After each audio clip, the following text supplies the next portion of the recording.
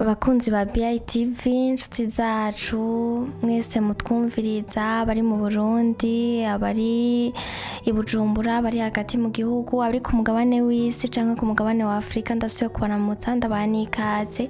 Ni BITV nyene tugarutse kuri rya sango kuri wa musi muri ca kiganiro nyene ni harabaye gishikirizwa na Gloria Munezero Gogo.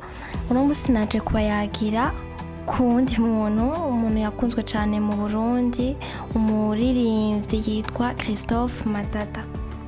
Umuririmbyi yitwa Jean Christophe Matata mu mazina yiwe yose, yavutse itariki 20 z'ukwezi kwa Gitugutu mu 1960. Akaba yari umuririmbyi, akaba yari umwanditsi, akaba yari umuhinyanyuzi w'indirimbo. Jean Christophe Matata yaririmba indirimbo za reggae, yaririmba indirimbo za zouk, yaririmba indirimbo afrobeat, akongera akaririmba indirimbo z'ikirundi canke mu kinyarwanda canke mu giswahili canke mu gifaransa canke mu congereza. Aho yashoboye gukundwa cane aramenyekana yari yatanguye kuririmba ari mutoya. Tuvuga rero ku mavuko ya Jean Christophe Matata, papa wiwe n'umukongomani, papa wa muvyara, hama mama wiwe nawe akaba ari umunyarwandakazi. Nkuko muca muvyumva naho yavukiye mu Burundi, Jean Christophe Matata ntabwo yari umurundi, yari afise papa w'umukongomani akagira mama w'umunyarwandakazi.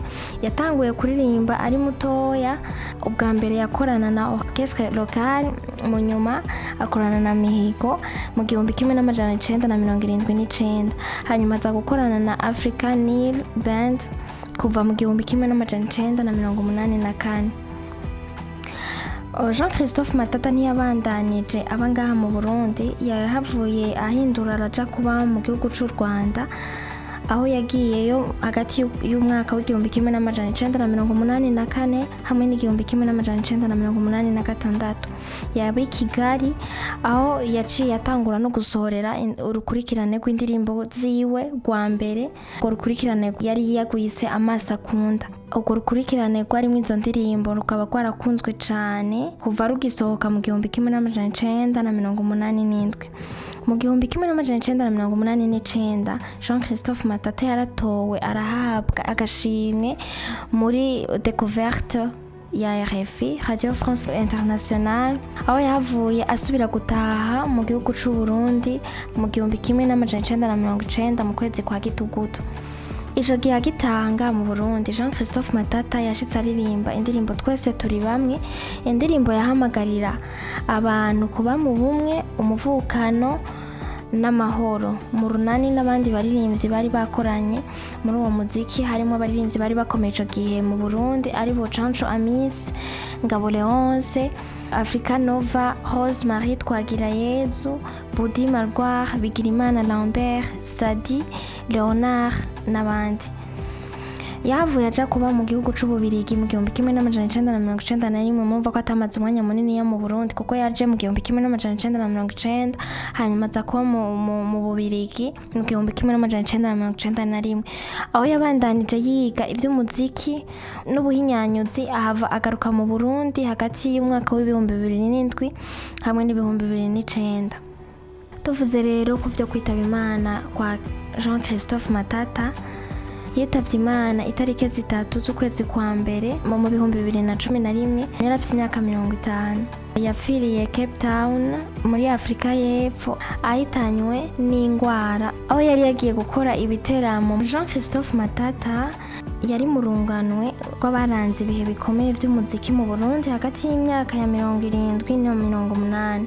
Mu kiganiro uwaserukiye umuryango wiwe yahaye abamenyesha makuru acitaba Imana Jean Christophe Matata, Ngabo Leonce yaravuze ko yitavye Imana amaze akanya gato yashitse mu bitaro aho nyene yari Cape Town muri Afrika y'Epfo. Ngo yari asanzwe amaze imisi avuga ko atameze neza, yumva hari ikitagenda mu buzima bwiwe no mu magara yiwe. Abaganga baca basanga ngo ihaha ryiwe ry'ibubamfu riragwaye bigeze kure, aca sandaba bagitanguye kugerageza kuraba ko borokora ubuzima bwiwe. Aho hose Jean Christophe Matata yari amaze amezi 2 aho muri Afrika y'Epfo aremesha ibiteramo vy'umuziki. Jean Christophe Matata yitavye Imana afise imyaka 50, yari afise abana 2 bakuze nubwo atigeze agira mariage. Ahubwo mu minsi mike niho yariko ngo arategura gukora ubukwe kuko yapfuye mu kwa mbere itariki 3 yari yasavye mu kwa 12. Tugiye mu ndirimbo ziwe uko zagiye zirakurikirana, mu 1987 yarasohoye urukurikirane rwitwa Amaso akunda ntabona neza. Muri urwo rukurikirane harimwo indirimbo Ihorere ntusarare, harimwo Umporiki, araririmba n'indirimbo mu 1988 yitwa Murantunga, araririmba indirimbo mu 1990 yitwa Ni Nyagasambu rirarema. Twavuze neza yuko Jean Christophe Matata yaririmba mu ndimi zose, yaririmba Ikirundi, yaririmba Ikinyarwanda, yaririmba Igifaransa, yaririmba Icongereza n'Igiswahili yararirimba, kuko kanatsinda murumva ko yari afise ububira bwose. Yari yavutse avuka ku Mukongomani, avuka ku Munyarwanda, akaba yavukiye mu Burundi. Urumva ntivyari bitangaje ko ashobora kuvanga indimi. Mu 1997 yararirimbye indirimbo yitwa Nyaranja.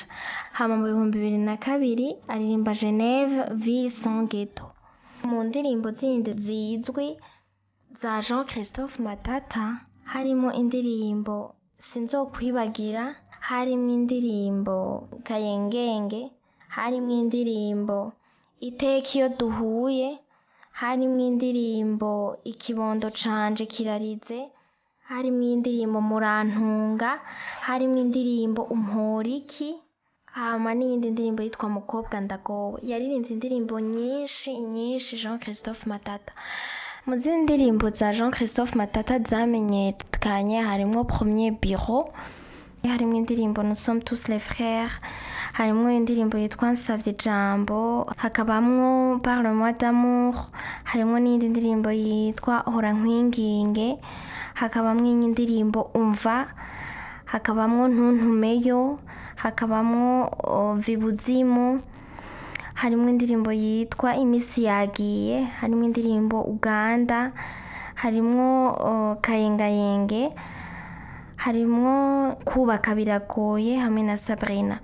Yarafise indirimbo nyinshi, hari izo dushobora kuba tutavuze, ariko yarafise indirimbo nyinshi kandi zakunzwe zamenyekanye. Jean Christophe Matata nuyo mu majambo make. Niba hari wara yaramwibagiye, niba hari utaramuzi, niba hariho utaracibuka ivyo yoba yarakoze, ni ivyo muri byinshi nashoboye kubatororokaniriza kugira ngo umwe wese, hari abashobora kuba batoshobora kubirondera ngo babisome, hari abashobora kuba barambirwa, ariko mu gihe ushobora kuba ufise agatelefone kawe gira subscribe, hanyuma ama notification uzurayaronka, uzurabona bishasha, tuze turakurungikira bishasha. Umukama akomeze kubarinda, ndabakunda cane. Ntimwibagire kugira j'aime, ntimwibagire kugira subscribe, ntimwibagire kugira partage, hanyuma mu comment n'ibiganiro dukora mutubwire ico twoshobora kubakorera canke ico twoshobora guhindura. Murakoze cane, mugire umunsi mwiza, umugoroba mwiza. Ciao.